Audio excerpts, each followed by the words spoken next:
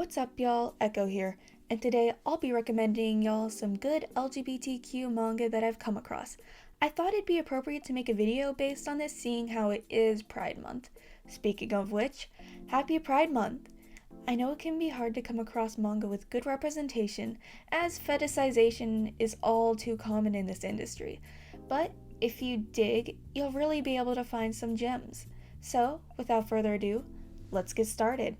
The first manga I'll be recommending is a cute comedy called My Son is Probably Gay. It's about a mom who thinks her son is gay. No surprise there, but he hasn't come out yet, so she does her best to covertly support him.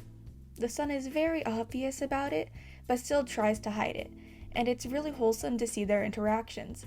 The mom has 2 kids, and the youngest is most likely aware of his brother's sexuality, but like his mom, doesn't force him to come out. I think the younger brother's character is very interesting because he feels like an aromantic character from the few thoughts the mangaka has let us see from him.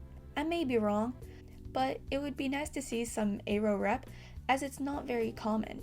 Something worth mentioning is that the mangaka is a gay man who sometimes includes himself at the end saying his thoughts. At one part, he talked about how this manga led him to coming out to his mom, which I thought was very sweet. So not only do I look forward to each new chapter, but also the mangaka's updates on his own life. My Son is Probably Gay is a fairly short read, and while it has over 40 chapters, each chapter is pretty short, so you'll be able to finish it in under 2 hours. The next manga I'll be talking about is Blue Flag. This manga has honestly become one of my favorite manga of all time. The art style is also phenomenal in my opinion. While LGBTQ matters aren't necessarily the focal point of this story, it's definitely still very significant. Blue Flag is very character-centered, and I personally can't get enough of well-written characters. A simple synopsis I'll give is that it's about a boy named Taichi Ichinose, who decides to help this girl, Futaba Kuze, gain the attention of her crush, who just so happens to be his childhood best friend, Toma Mita. It is later revealed that Toma actually likes Taichi after Masumi Itachi, Futaba's best friend, confronts him by saying that he's just like her. Basically, both have an unrequited gay crush on their best friends. This manga will have you growing attached to the characters to the point where when they're happy, you're happy, and when they're sad, you're sad. The characters are all very relatable and realistic, and just feel so very human. I am begging y'all to read this. Next up, we have Shimanami Tasogare, or Our Dreams at Dusk. This manga is about a boy who's contemplating suicide one day on a hill because of his sexuality. His thoughts come to a halt, however, when he sees a woman jump from a nearby building. He rushes over to find that she is completely fine and is, in fact, the owner of the building. The building turns out to be a lounge where all sorts of characters come to hang out, and from there we get to observe the boy grow and peek into the lives of the other members of this lounge. There's gay, lesbian, transgender, and aro ace representation in this manga. Our Dreams at Dusk is an emotional roller coaster that deals with homophobia, forgiving yourself and others, growth, and what it means to be human. The art in this one is very symbolic, and at moments you can truly see the mangaka's creativity shine. This manga has definitely situated itself among my favorites as well, so I recommend you check it out. The next 2 manga I'm going to recommend are similar in that they both have fairly simplistic art styles and talk about the mangaka's personal experiences. The first I'll talk about is The Private Report on My Lesbian Experience with Loneliness. As the title suggests, this manga portrays the mangaka's personal life as a lesbian. She talks a lot about her mental health and difficulty dealing with it. A quick trigger warning for this manga, it does talk about her eating disorders and when she's self-harmed. After going through a lot of thinking, she decides that the best decision for her mental health is to hire a lesbian prostitute. This is where the story starts, and she does a little, "you're probably wondering how I got here" moment, and thus backtracks and gives us the story of her young adult years. Honestly, as someone who's dealt with mental illness, some parts of her story I really could relate to, and it's nice to know that you aren't alone with dealing with this stuff. Anyways, this was a very intimate manga, as the author allows herself to be vulnerable with her readers, and you can't help but wish the best for her. The difference between this and most manga is that this is a real person that is telling us their life story, rather than a character. So, it feels all the more real. The second manga is Ge Fuzoku no Mochigi-san, Sexuality is Life, where a gay man recounts his time working as a prostitute. After getting kicked out of his house by his homophobic mom right before graduating high school, the mangaka moved to Tokyo and began working at a gay brothel in order to save up money for university. He does his best to keep the mood lighthearted, as most chapters end in some humorous exchange, but it's still a very interesting read and glimpse into Tokyo's gay nightlife.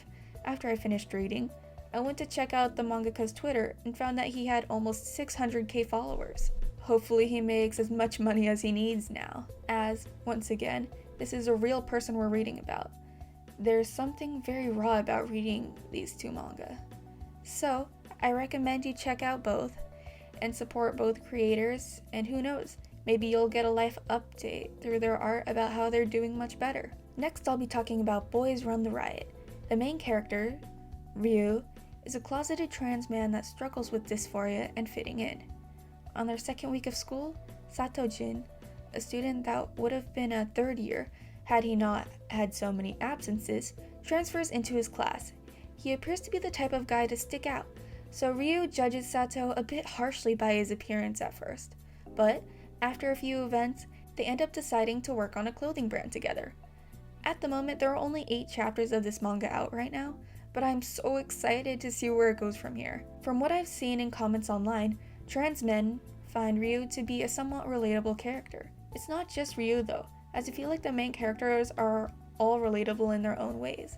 It's a story about teenage boys pursuing their dreams and breaking societal barriers with each other's support.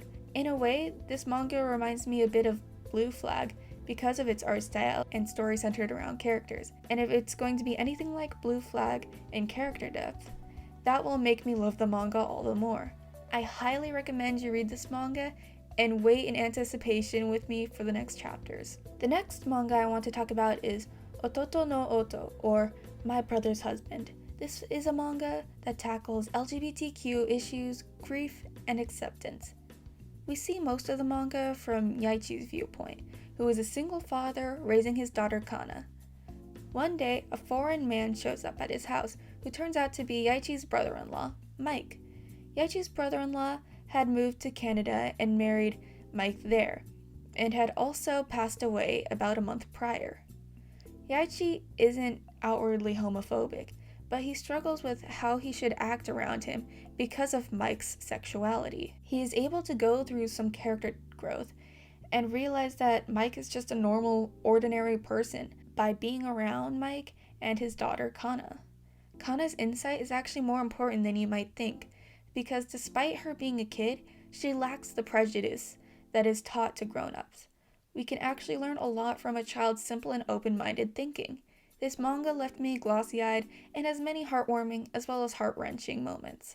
The mangaka is gay, so once again, I ask that you buy this manga and support an LGBTQ creator this Pride Month. The last manga I'll be recommending is another one that talks about the mangaka's life. Hanayoma wa Moto Tanchi, or The Bride Used to Be a Guy. This time, however, it's about a transgender woman and her transition and struggles with gender and sexuality. All in all, this manga was very wholesome to read, as the mangaka's family and boyfriend were all very accepting when she came out to them. It was also pretty educational, as she talks a lot about terminology and her own experiences. That being said, it's not like everything was easy for her. In her early life, she struggled with figuring out her gender and sexuality, and transitioning was a pretty complex process. Overall, a very educational and heartwarming read. Would recommend. Thanks so much for watching. I was listening to Inside, Bo Burnham's special while reading these manga and writing this script. So yeah, emotionally tortured myself for no reason. Please check out and buy these manga if you can. By doing so, you'll be supporting LGBTQ creators, or at least mangakas that write about those types of subjects. I think one of the best ways to educate yourself is through experience. And fiction does a great job of giving you experiences many LGBTQ people go through, allowing you to better empathize.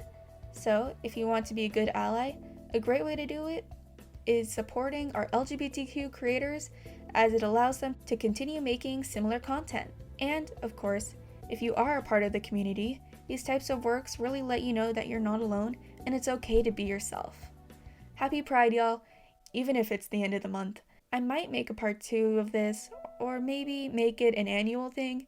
I don't know, we'll see. Anyways, see you in the next video. Bye!